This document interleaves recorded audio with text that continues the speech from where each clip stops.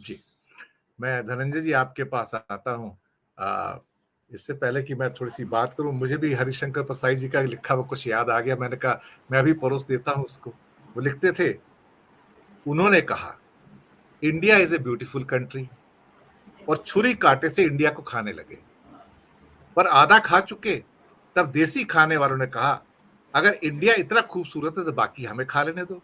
तुमने इंडिया खा लिया, बाकी बचा भारत हमें खाने दो।" ये बातचीत 1947 में हुई थी। हम लोगों ने कहा अहिंसक क्रांति हो गई, बाहर वालों ने कहा ये ट्रांसफर ऑफ पावर है, सत्ता का हस्तांतरण। मगर सच पूछो तो ये ट्रांसफर ऑफ डिश हुआ था। थाली उनके सामने से इनके सामने आ गई। वे देश को पश्चिमी सभ्यता के सलाद के साथ खाते थे, ये जनतंत्र के अचार के साथ खाते हैं। तो हास्य व्यंग तो कहीं भी पैदा हो सकता है और ये परसाई जी का बड़ा बिल्कुल। फेमस लिखा हुआ है एक्चुअली ये। जो पारख साहब ने बात की, बड़ी महत्वपूर्ण बात की। राजनीति तो अब खैर हर जगह है।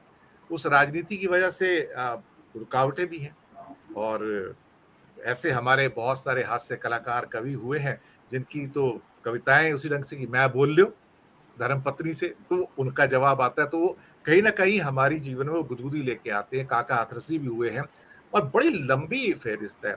आजकल संपत सरल भी हैं, उनको भी बड़े ध्यान से लोग सुनते हैं, उनके भी तालियाँ बजाते हैं। मैं मतलब बहुत सारे नाम हैं। ये फूहड़ता तो है, इसमें तो कोई शक बात नहीं। वेब पूरा का पूरा जो है देखा जाए तो गाली-गलौच से भरा हुआ है।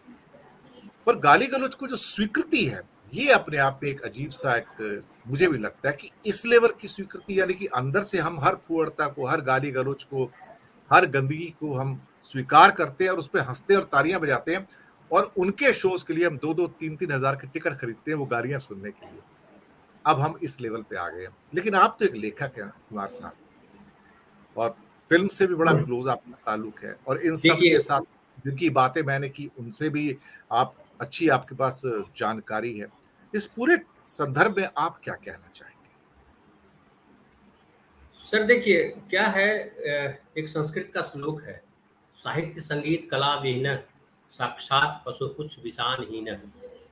जो साहित्य संगीत और कला से विहीन मनुष्य है, पूंछहीन पशु के समान है। ये क्यों कहा गया? और मैंने तो कहा नहीं है, ना बीजेपी विरोधियों ने कहा है, ना आरएसएस विरोधियों ने कहा है, बल्कि आरएसएस और बीजेपी जिस संस्कृति को मानते हैं, उसी संस्कृति में यह कहा गया। तो कला अगर जीवन में नहीं है, तो जीवन ही नहीं है। बिना कला के जीवन की कल्पना ही बेकार है। क्योंकि ये जो हास्य व्यंग है, जिसको अंग्रेजी में कहें अगर सेंस ऑफ ह्यूमर, तो कहते हैं कि गधे में सेंस ऑफ ह्यूमर नहीं होता है, क्योंकि गधों को किसी ने हंसते नहीं देखा है, लेकिन मनुष्यों को हंसते हुए देखा है। और हम अक्सर हंसते हैं, जैसे एक बड़ा पुरानी फिल्मों में आता भी था वो, आज भी गांव में करते हैं। गांव का मैं आदमी हूँ, तो मैं बताऊं, किसी बुजुर्ग आदमी को या किसी महिला को कई दफा क्या होता है, चिढ़ा देते हैं लोग और सब लोग हंसते। जैसे मेरे गांव में एक आदमी थे, हालांकि वो बुरा भी था, लेकिन उसका मजा लेते थे लोग। वो मजा क्या था कि एक बुजुर्ग आदमी धोती पहन करके चलते थे, तो धोती ढेका उसको कहते हैं, जो पीछे उठा करके खोजते हैं उसको ढेका कहते हैं। तो बोलते थे, बच्चे बोलते थे, बच्चों को उकसाते थे बड़े लोग, जो चौराहे पे हमारे घर के बगल में चौराहा बैठे रहते थे। बोले, अरे बोल बाबा ढेका खुल गलो। बोले बाबा आपका ढेका खुल गया। तो हाँ, बोलता था कोई बच्चा, बाबा आपका ढेका खुल गया। तो वो जो है अपना बेचारा पिछवाड़ा देखते थे ढेका, और फिर जो है गलियाने लगते थे, खूब गंदी गंदी गालियां देते थे और लोग हंसते थे। फिर कोई बता देता था कि अरे बाबा ये फलाना का बेटा है। अब वो जो है दादाजी चले जाते थे फलाना के यहाँ, उसको गलियाते थे। तो ये गांव का जो है हंसने का, हास्य का बड़ा एक उदाहरण जो मैंने कहा, ये हर गांव में है। हमारे गांव में एक और थे, उनको बोलता था ए खपड़ा उलट, तो खपड़ा उलट बोलते थे तो गाली गलौज करने लगते थे। और अगर कई बार ऐसा भी हुआ कि किसी ने कुछ नहीं बोला, तो वही आदमी जो चिढ़ता था, वो आदमी पलटता था, फिर गलियाता था, अरे आज साला सब मर गया रे, कोई जिंदा नहीं है रे। तो फिर कोई कुछ बोल दिया तो फिर बोलता था हाँ साला ही जिंदा है। तो मतलब एक समय आने के बाद वो भी इंजॉय करने लगते थे। ये ग्रामीण परिवेश में मैंने बताया। अब गाली गलौज की ही बात लीजिए, तो भाई हमारे यहाँ तो भाड़ी कहते हैं उसको, शादी बिना गाली के पूरी नहीं होती है। और जब हमारे हुँ, यहाँ बारात आती है, तो बारातियों की तो ऐसी ऐसी सेवा होती है वहाँ, औरतें जो गाली देती है भयंकर भयंकर नाम लेकर के, कि मैं यहाँ बोलूँ तो अभी तो बंद कर दे लोग टीवी, ये मतलब हमारा ये। लेकिन हम गांव में सब सुनते हैं, अब तो लाउड स्पीकर लगा देते हैं, माइक लगा कर गाती हैं औरतें। अभी अभी की बात मैं कर रहा हूँ।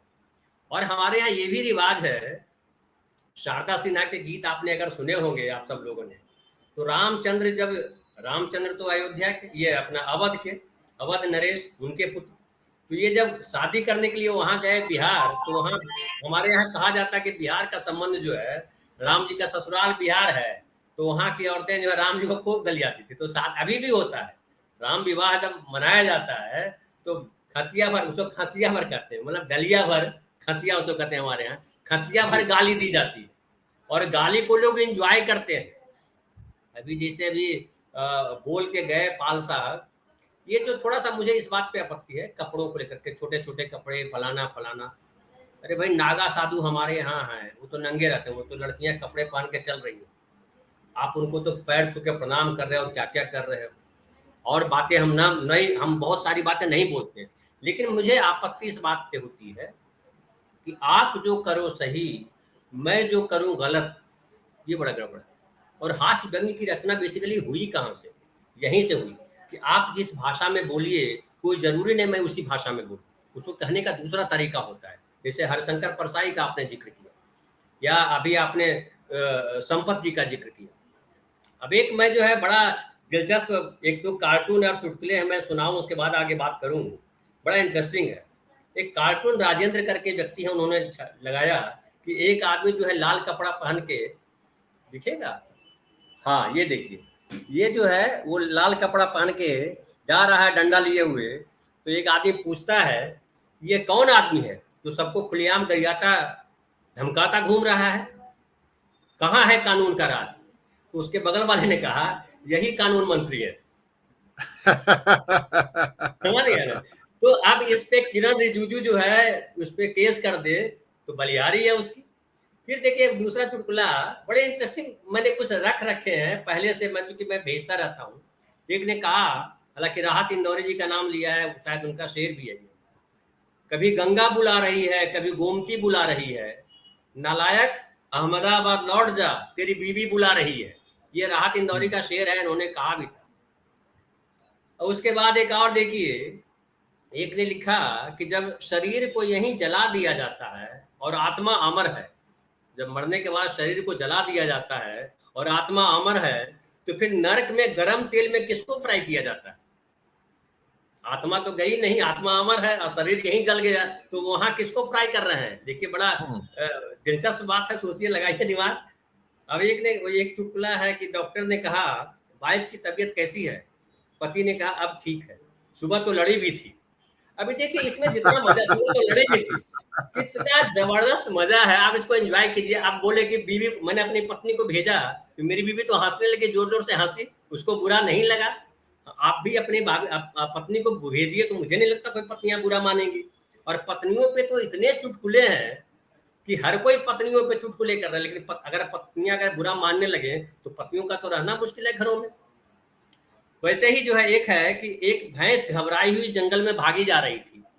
चूहे ने पूछा, बहन कहाँ भागी जा रही हो? भैंस ने कहा, जंगल में पुलिस हाथी पकड़ने आई है। चूहे ने कहा, पर तुम भैंस होकर क्यों भाग रही हो? भैंस ने कहा, ये भारत है भाई, पकड़े गए तो 20 साल तो अदालत में ये सिद्ध करने में लग जाएंगे कि मैं हाथी नहीं भैंस हूं। चूहा भी भागने लगा, है ना? तो ये देखिए कितना जबरदस्त चुटकुले के तौर पे व्यंग है हमारे समाज के ऊपर, और जो ये सब हम देख रहे हैं हमारे सामने हो रहा है। अभी एक और ने देखिए बड़ा अच्छा कहा, इसमें जुर्माने वाली बात जो आपने कही, एक दो सुना करके मैं अपनी बात कंप्लीट करता हूँ, क्योंकि थोड़ा आनंद भी आए। बड़ा सीरियस हम लोग हमेशा बात करते रहते हैं। नहीं, हम तो आज सर टॉपिक ही ऐसा लेके आए आज हम कि जिसपे हम हंस सके, मुस्कुरा सके और हमारा हैप्पीनेस इंडेक्स ऊपर हो सके। एग्जैक्टली। तो अब देखिए अगला है कि मिमिक्री करने पर 11,000 का जुर्माना। अभी जो आपने शुरुआत की प्रस्तावना में कहा, मिमिक्री करने पर जी कुछ बोल रहे थे पारक साहब? श्याम रंगीला पर किया गया। हाँ बिल्कुल। तो इसमें चुटकुले में क्या है कि मिमिक्री करने पर 11,000 का जुर्माना, पढ़ाई की डिग्री मांगने पर 25,000 का जुर्माना, कोई शादी का रजिस्ट्रेशन मत मांगना वरना फांसी हो जाएगी, फांसी।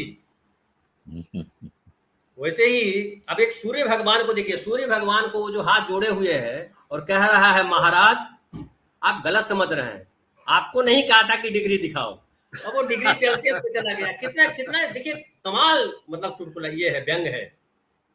तो इस तरह के व्यंग जो है हमारे जीवन को संवारते हैं, और व्यंग, हास्य व्यंग जो है कला है। ये ठीक है कि आप किसी को सीधे सीधे गाली मत दीजिए, लेकिन जो सरकारें जो जिस तरह से कर रही हैं वो सीधे सीधे हमारे जीवन को प्रभावित करती है। ये तो उस तरह से प्रभावित नहीं करती है, आपको हंसने का अवसर देती है। जी तो मैं कहूँ, अच्छा और एक जिक्र कर दूं कि ये कोई नई बात नहीं है। मोदी जी जो कर रहे हैं या कोई जी जो आज कर रहे हैं वो नया थोड़े है। अब वो नेहरू जी का जमाना तो गुजर ही गया, हम सब जानते हैं। द ग्रेट डिक्टेटर जब फिल्म बनाई थी चार्ली चैपलिन साहब ने, तो पूरा इतिहास जानते हैं लोग। ग्रेट डिक्टेटर के लिए जो है हिटलर के हिट लिस्ट में थे वो, और जो आज भी बड़ी अच्छी फिल्म मानी जाती है वो। फिर मैं पढ़ रहा था तो उसमें देखिए कि अमेरिका में, अमेरिकन सरकार तो हमेशा डेमोक्रेसी की बात करती रहती है, लेकिन अमेरिका छोड़ करके चार्ली चैपलिन को भाग जाना पड़ा और 20 साल स्विट्जरलैंड में रहे। फिर लौट करके आए जब उनको लाइमलाइट में ऑस्कर अवार्ड दिया गया, और कहते हैं कि उस ऑस्कर अवार्ड जब उनको मिला तो 12 मिनट तक स्टैंडिंग ओवेशन, जिसको ताली बजती रही, और कहते हैं कि ऑस्कर के इतिहास में ऐसी कोई दूसरी घटना नहीं हुई। तो हमारा समाज जो है उस व्यक्ति को आज भी चार्ली चैपलिन मतलब आउटस्टैंडिंग। आप देखिए जो जो हमारे देश में राज कपूर का जो दर्जा है, राज कपूर ने जिस तरह की फिल्में की, बेश जबरदस्त फिल्में। और बहुत पीछे ना जाऊं मैं, एकदम आगे आ जाता हूं। परेश रावल की एक फिल्म आई थी, ओ माय गॉड, OMG, आपने देखी होगी। वो प्ले था, बिल्कुल मराठी में प्ले भी होता था, और उसको जो है उन्होंने किया, फिल्म बनाई। अब बताइए कितनी गुजरात जबरदस्त फिल्म है। सॉरी, क्या बोल रहे थे? गुजराती में ले होता। हाँ, मूल गुजराती प्ले है, मूल गुजराती प्ले है। तो वो जो फिल्म बनी, उस कितनी जबरदस्त फिल्म मानी गई। तो हास्य व्यंग हमारे जीवन का अटूट अंग है। इसको अगर हटा देंगे तो मोदी जी जो ताली पीटते हैं और दर्शक हंसते हैं, अब हंसने पे पाबंदी लग जाएगी तो ताली पे कौन हंसेगा? फिर मोदी जी कैसे भाषण देंगे? जी जी तो बिल्कुल। ये उनको समझना है। जो अपने आप व्यंग, व्यंग बेसिकली क्या है? हो सकता है कुछ कुछ लोग जो है गलत तरीके से, जैसे राहुल गांधी को लेकर के जिस तरह से लोगों ने, खुद मोदी जी ने जिस तरह के परिहास किए, या उपहास, उसको उपहास कहते हैं, परिहास नहीं कहते हैं, सॉरी गलत बोल रहे हैं, उपहास कहते हैं। परिहास तो फिर भी अच्छा शब्द है। उपहास करते हैं, जब आप उपहास किसी का मजाक बनाते हैं और गंदे तरीके से बनाते हैं, गलत तरीके से बनाते हैं, वो गलत है। लेकिन अगर कमेंट करते हैं किसी पे और वो उसको भी बुरा ना लगे, कहते हैं कि सुई की तरह, जिसे सुई इंजेक्ट करते हैं बॉडी में और दवा डालते हैं, वैसा अगर व्यंग हो धारदार नुकीला, तो व्यंग तो बड़ा बढ़िया है। तो इस तरह की सरकारें जो कम सेंस वाले होती हैं, उनके पास सेंस ऑफ ह्यूमर नहीं, सेंस ही नहीं है, तो सेंस ऑफ ह्यूमर कहाँ से लाएंगे? वैसी सरकारें इस तरह के काम करती हैं। लेकिन मुझे नहीं लगता समाज पे कोई फर्क पड़ता है। समाज मोदी जी पे 6000 से ज्यादा चुटकुले बनाए हुए हैं। मोदी जी सुन सुन के परेशान हो जाएंगे, कितने चुटकुले सुनेंगे? हम यहाँ 50 चुटकुले सुना देंगे, बंद कर दें हमको, कितने को बंद करेंगे? जी जी जी दिनेश जी। अनिल जी, आपके पास आता हूँ। Sorry, programme